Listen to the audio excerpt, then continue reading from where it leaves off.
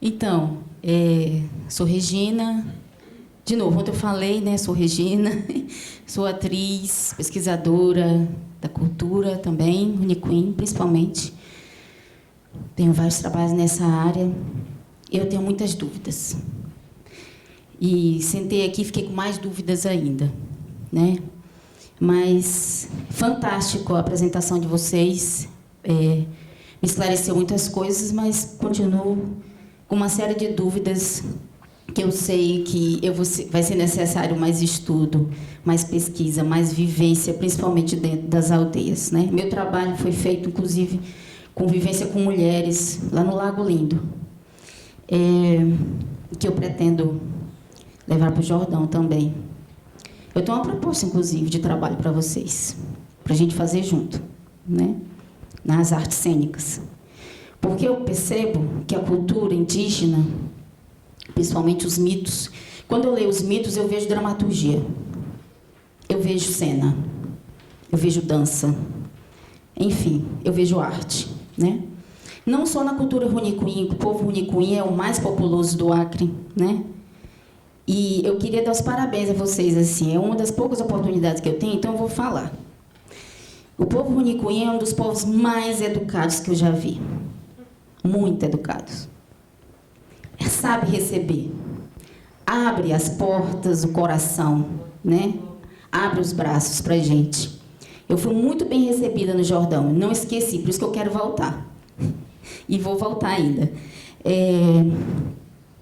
E quando o Hamilton fala, e você também falou, Iba, desse trabalho com as crianças, e eu trabalho muito com as crianças, né?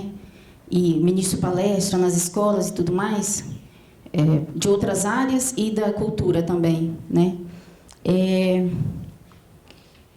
Eu sinto muita falta disso, assim, nas escolas, né? Ontem eu falei sobre isso. A gente, infelizmente, quando que a gente vai poder aprofundar esse debate, né, com os indígenas? Em que momento os indígenas vão para as escolas, sabe? Porque é uma necessidade tão grande.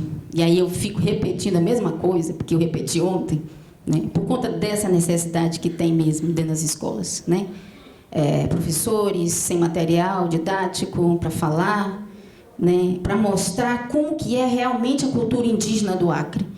A grande maioria dos professores não sabe como que é. Eu estou dizendo porque eu vivo nas escolas e eu sei a dificuldade que eles têm, né? De material mesmo, de mostrar para os alunos como que é realmente, o que é um quenê, como que os índios do Acre, os indígenas, cantam, né? Enfim, nós temos uma diversidade tão grande, né? Os Yawanawá são completamente diferentes dos Runicuim, embora façam parte do mesmo tronco linguístico, a gente sabe disso. Então, são diferentes, né? E mostrar essa diversidade para alunos é uma loucura, né? E, ao mesmo tempo, fantástico. Eu fico sonhando um dia, quando nós iremos realmente fazer um trabalho desse nível, assim, com várias escolas, dentro da Secretaria de Cultura. Quando é que a Secretaria de Cultura vai abrir as portas para o povo Runicuim, para o povo Yawanawá, enfim, para os povos indígenas, né? A universidade está fazendo isso. Ainda meio que, né? Devagar, mas está fazendo. E isso eu te dou os parabéns, assim, Raquel, sabe? Porque isso é muito importante. Você e toda a sua equipe, todo mundo, enfim. Eu sei que por trás disso tudo tem muita coisa, muita gente, muito trabalho, muita pesquisa, enfim, tem muita coisa para fazer ainda também, né? Mas eu fico realmente, Hamilton, assim, pensando nisso, né? Quando é que... E como vocês pensam nisso? Ou não pensam? Né? Isso.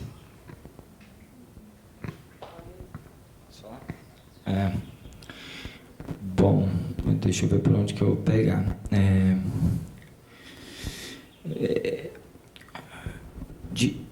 Poderia-se dizer que eu fiz uma fala que eu não falei de política, né? Ainda mais hoje, a situação que a gente está vivendo. Não falei fora Temer, não falei de política, né? Por outro lado, eu acho que eu não poderia ter falado mais de política do que o que eu expus, né? Porque como escapar, inclusive do Estado, como perceber que o Estado é uma máquina de captura que a gente não consegue nem enxergar o que está fora dele, né? Assim, Porque o Estado ele é essa entidade, né, que ele ele é uma interioridade que a gente não consegue entender o que está fora. A universidade ajuda ele, né, o capitalismo, tudo ajuda. A gente está preso dentro desse mundo, e para mim, né, e para a gente, assim, enfim, para os cientistas políticos, o que, digamos assim, a imagem disso é o Estado, porque a gente tem dificuldade de pensar em soluções que sejam por fora, né? E eu acho que os povos indígenas, a grande contribuição que eles trazem para a gente nesse momento de crise civilizacional que a gente está vivendo, né, que o projeto moderno, que é o projeto que vem do nosso processo de colonização, afundou completamente, né, e que a gente vê um futuro bastante sinistro para a gestão das vidas humanas, né, para a biopolítica terrena, né, porque não são só os animais que vão continuar a ser exterminados, né? A gente somos agora os animais da vez, digamos assim, né? Então, os povos indígenas nos ensinam que não é o caminho do Estado, na minha humilde opinião, né? É um caminho alternativo ao Estado e é um caminho, enfim, isso são teses, né, da teoria política, dos sociedades contra Estado, né, não é uma coisa que eu estou inventando, né, mas assim, eu acho que poucas pessoas estão colocando isso na prática, como os Runicuim, né, especialmente essa possibilidade de trabalho que a gente está vendo aqui, estão propondo, né. Então, mais do que o Estado, mais do que dinheiro, né, a gente tem pensado nesse recurso fundamental que são as pessoas e seus conhecimentos, né. Eu acho que esse é um recurso... essa é a riqueza, né? E eu gosto muito dessa ideia de uma arte pobre, ou de uma universidade pobre, ou de uma, né? A ideia de que, assim, tá tudo aí, né? A gente vai ficar, não, mas a gente precisa disso, a gente precisa daquilo, e tá tudo, cada vez mais, tá tudo aí, cada vez mais a gente achando que precisa de alguma coisa. Então, eu estou fugindo do governo do Estado, eu estou fugindo de qualquer, enfim, né? Eu enquanto, né, parceiro né, inclusive da universidade, né? Então, sim. Então, assim, a gente chegou até aqui, assim, com essa proposta, né? Assim, agora se perde, assim, também perde por quê?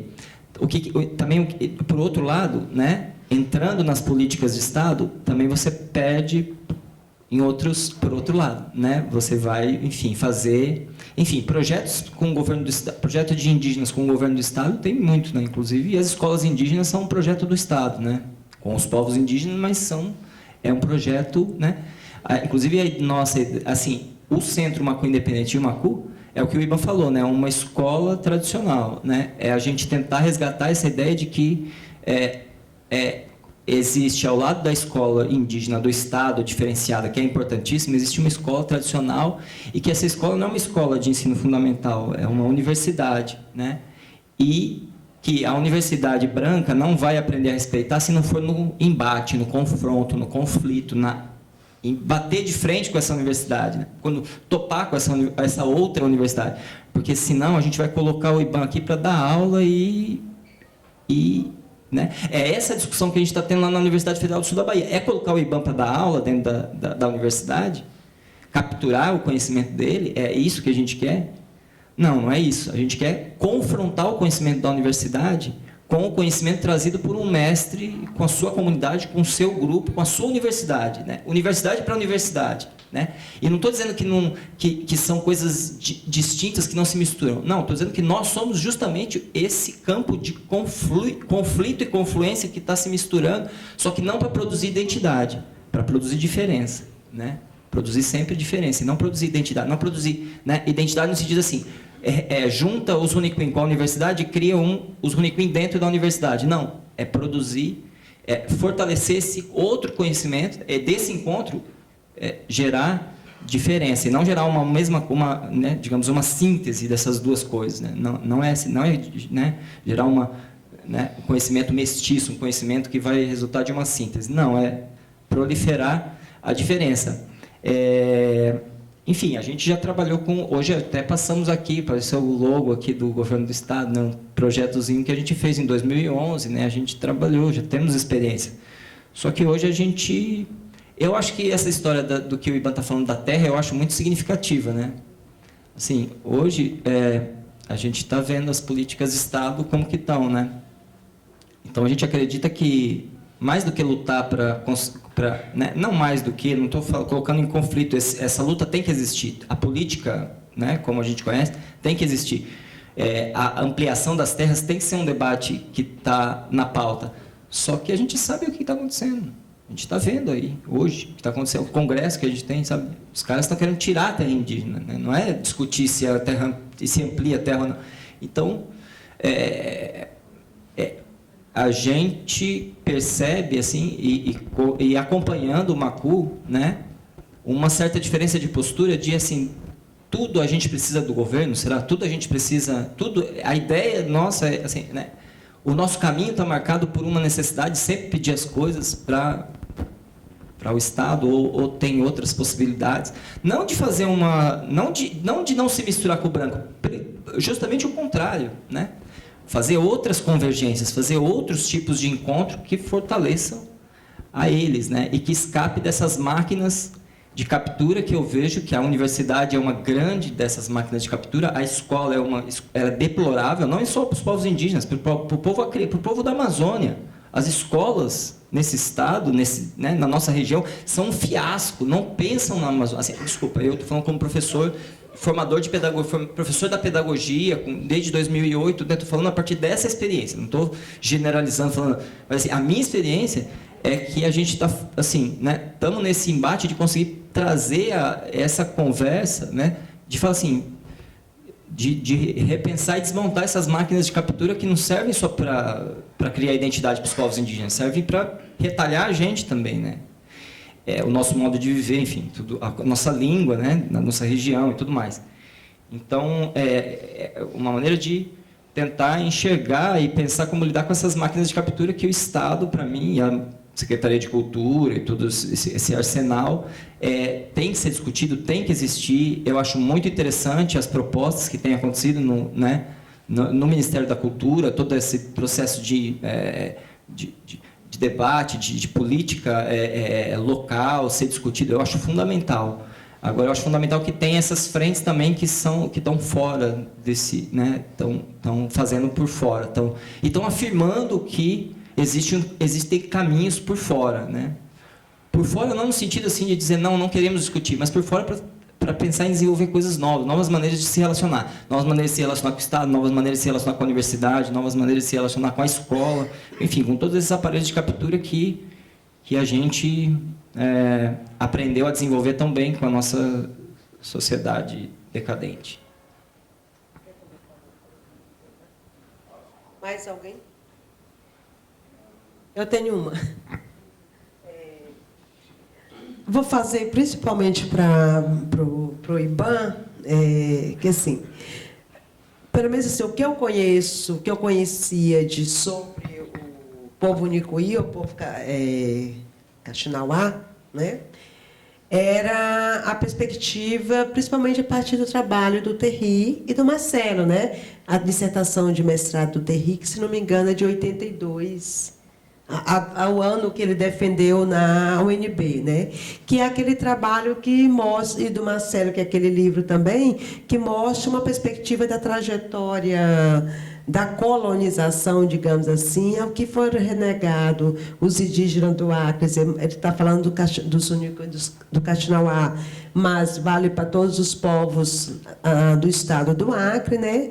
Que foi a incorporação na empresa serengalista, né? E que ele traz no trabalho dele, principalmente nos anos 70 e 80, principalmente 70, que ressurge como peão do fazendeiro, né? Então, a minha questão seria, mas assim, se você pudesse contar um pouco da história do povo, em que momento começa...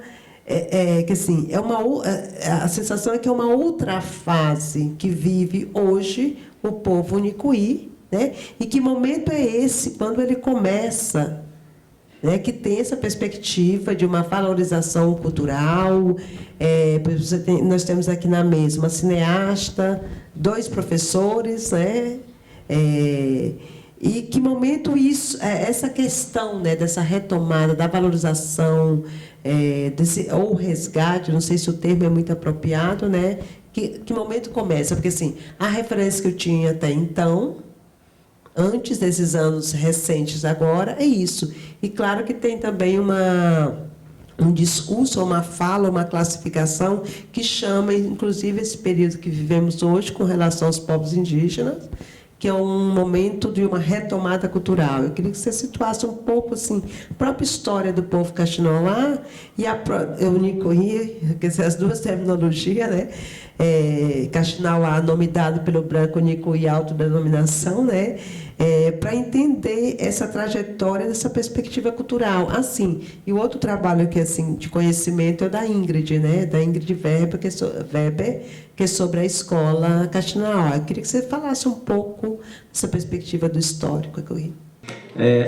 Sim, eu vou tentar ser breve, com a dificuldade, porque o assunto é longo, mas eu não posso resistir à provocação da Jesus e a do Iban, né? Ele sabe que essa questão dos 5 tempos, para mim, é uma coisa que fica na minha garganta, principalmente porque eu fico pensando assim, o que vem depois do tempo dos direitos, né? O que vem depois do tempo dos direitos, né? Vem o Temer, né? O que vem depois do tempo do Estado? É isso que eu estou falando, retomando um pouco a minha conversa, já pedindo um pouco assim, desculpa da dureza da resposta que eu dei para a Gina, que eu começo a falar de Estado, eu fico meio duro, mas assim, é uma honra ter você como parceiro, você, né, pensando na gente trabalhar junto, é um grande prazer. Sim, eu só estou falando que na minha resposta acabou parecendo que eu estava te colocando nessa posição, né? Mas eu estou pedindo já desculpa. Enfim, vamos para essa questão. Eu tenho todo respeito, né, ao trabalho e também ao trabalho antropológico, digamos assim, do trabalho escrito do Terry, né, e do Marcelo, que, enfim, é uma certa continuação, né, da perspectiva teórica que eles têm, né, assim como temos Terry e Marcelo, né, eu vou tentar fazer um contraponto, assim como também temos um contraponto, que não é um contraponto, não é um contraponto não é um contraponto de exclusão, né, mas pensar uma complementação. São dois irmãos, Suero e Tuim, né? Suero era a liderança política, a liderança econômica do Jordão nesse período em que Suero e o Tuim. Suero é o pai do Cian. Né, para pensar hoje as pessoas que estão aí representando esses velhos. E o Tuim, o pai do Iban, né? O que você tem?